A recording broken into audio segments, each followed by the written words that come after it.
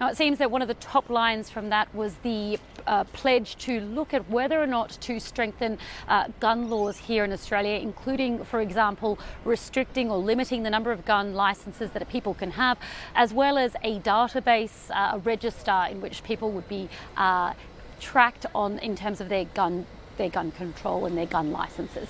Let's cross to our Australia correspondent Phil Mercer, who's been monitoring this presser for us. He's in Bondi as well. Phil, thank you for joining me. First of all, what did you make were the takeaways when it came to gun control and reform potentially of Australia's gun laws?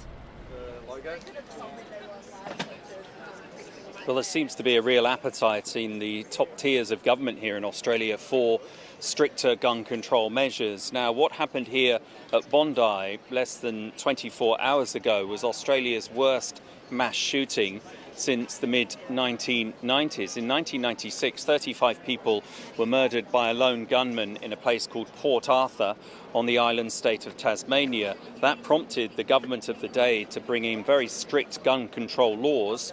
And a similar thing is happening now. The Prime Minister, Anthony Albanese, saying that gun control measures will be considered by the government, security agencies and the Australian Federal Police, suggesting that the number of legal firearms that individuals can own will be reduced, and suggesting too that there could be more thorough reviews of licensing of existing gun owners. And what we know is that one of the attackers who perpetrated the atrocity here at Bondi owned about half a dozen firearms legally in order to go hunting. So we get the sense, listening to Anthony Albanese, that he is determined to try to tighten the regulations to try and prevent something like this ever happening again. That's Phil Mercer. Thank you for joining us from Bondi. Now I can bring in our Asia Digital reporter Tessa Wong, who happened to be here on holidays with her family. Tessa, you came down here just before it occurred last night, 6:45 p.m. local time.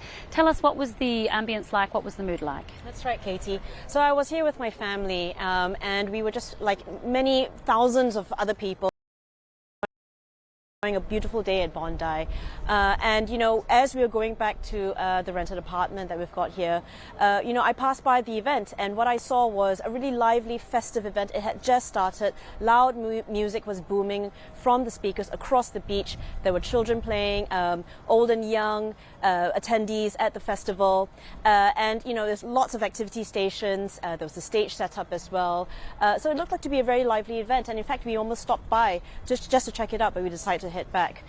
You know, half an hour later we heard the news, and I just came down here. I was the first reporter for the BBC to come down here, and there were people still running from the event. I spoke to one of them.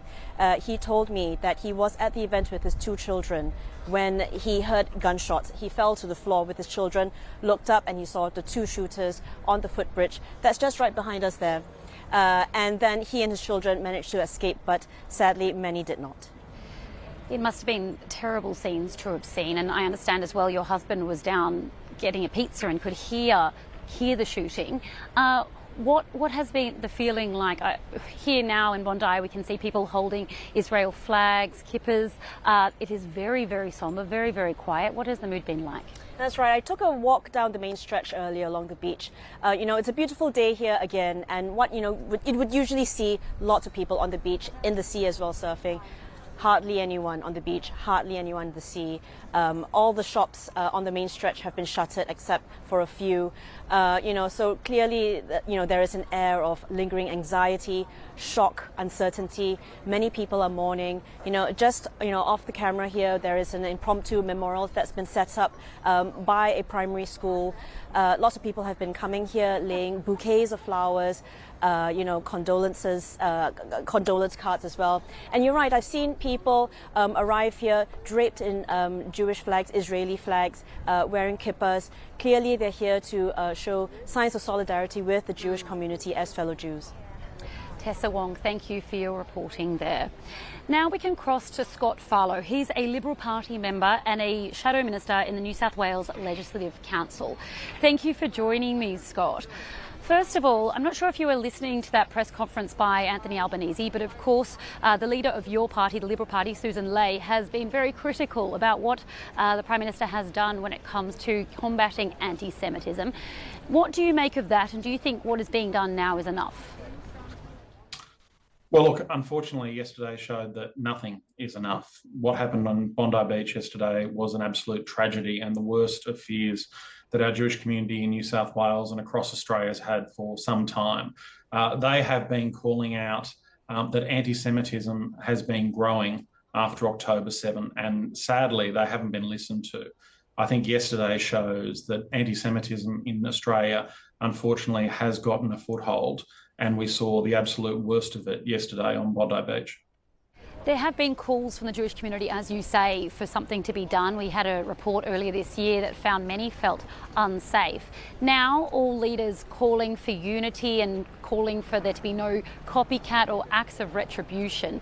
Do you think the leadership is doing enough to ensure that going forward things may look better? Well, I think it's very clear that we need to ensure that the Special Envoy on Anti-Semitism report is actually implemented in full. Gillian Siegel has done an amazing job in working with the Jewish community and working through some very significant recommendations that need to be implemented to be able to provide support for the Jewish community throughout Australia, and that should be a top priority for the federal government. In New South Wales as well, our police have done a remarkable job, but sadly there still is a growing level of anti-Semitism that exists within New South Wales, and we need all leaders to stand up and to acknowledge the pain that our Jewish community is feeling on a daily basis and the rising levels of anti-Semitism that exist within Australia and within New South Wales, and confront them head on. Scott Farlow, thank you for joining me, Liberal Party member and Shadow Minister in the New South Wales Legislative Council. Thank you for joining me there.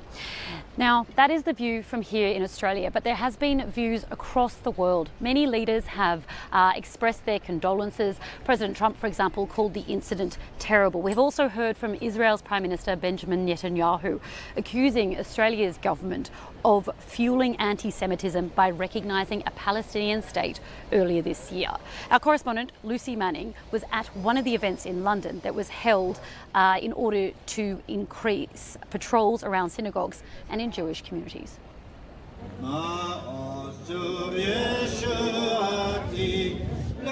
The message of Hanukkah is that there is light even in the darkest of times. So in London and across the UK, the Jewish Festival of Lights was celebrated amidst the darkness of a deadly anti-Semitic attack. Just last Hanukkah, London-born Rabbi Eli Schlanger was celebrating Hanukkah in his own joyful way. The best response to anti-Semitism, he said.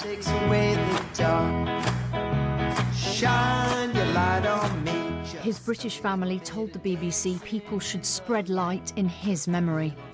Eli was a really wonderful, warm, caring, vivacious, energetic, outgoing guy who loved people, loved doing good, and loved caring for other people. I know this is what Eli would be saying. Go and do good things. In North London and at other Hanukkah events, there was an increased police presence. Hani went to school with Rabbi Schlanger. He was a father. He had a 2-month-old baby, 40 years old, in the prime of his life, taken by cold murderers. How are the community feeling on the first night of Hanukkah with We what's are happened? reeling in pain, but we are going around, carrying on to make the world a bigger and better place, bringing acts of goodness, acts of light. The Jewish community is still determined to celebrate its festivals, but there is some increasing fear with rising anti-Semitism. 3 Jewish festivals and 3 deadly attacks. Hanukkah in Bondi Beach, Yom Kippur 2 months ago in Manchester, and Simchat Torah in Israel on October the 7th. As the Prime Minister lit Hanukkah candles with his wife, who is Jewish, he said in a social media post that the anti-Semitic terrorist attack against Jewish families was sickening. Rabbi Schlanger had, like many Jews and the Israeli government, criticised the Australian government's response to rising violent attacks against the community there. Your government did nothing to stop the spread of anti-Semitism in Australia. You did nothing to curb the cancer cells that were growing inside your country. You took no action. You let the disease spread. And the result is the horrific attacks on Jews we saw today. President Trump told the Jewish world they should still celebrate Hanukkah proudly. But to Australia and the Prime Minister, to everybody that we know so well, we get along with so well, we have a great relationship. That's a terrible situation going on over there. Think of that. Hanukkah is the story of the survival of the Jewish religion. And yet, on the first day of this festival, people were again murdered just because they were Jews. Lucy Manning, BBC News. Lucy Manning reporting there. Now we can cross to Michelle Grossman, Research Chair in Diversity and Community Resilience at Deakin University. Thank you for joining me, Michelle. First of all, you lead a centre on inclusivity and resilient societies. How inclusive would you see Australia as being right now? And that is certainly something that we're hearing a lot from the leaders here. Look, Australia is a very inclusive society in general, particularly when you compare it to a range of other communities and societies around the world. It's a very deeply held value here in Australia. And I think that the overwhelming national response to the absolutely terrible atrocity that we've witnessed in Bondi Beach through the attack yesterday, the overwhelming national response has been one of support, of empathy, of compassion, but also really incredible shock that this has occurred. So I think we need to understand it, in a range of contexts. But one of them would be, and people are not necessarily focused on this at the moment, Australia has a really excellent track record of disrupting quite a few serious terrorist plots over the years. So we've had a lot of plots and planned attacks that have simply never happened. So the fact that this one has happened at the scale that it's happened, the timing that it's happened, I think has really just been a system shock for a lot of people in this country. Michelle Grossman, I'm so sorry, that's all we have time for on this edition of the program. Thank you for joining us. And just to recap, we understand now 15 victims killed in this shooting by two gunmen. One of these gunmen has died, the other one in hospital. We heard earlier from authorities that they expect to be able to charge that gunman. Now, we are also hearing emerging details about some of these victims, one as young as a 10-year-old girl. We're also hearing as well about rabbis being a part of it. That occurred just over there on the footbridge over there. So we have time for. Do stay with BBC News and check out plenty of developments on the website as well.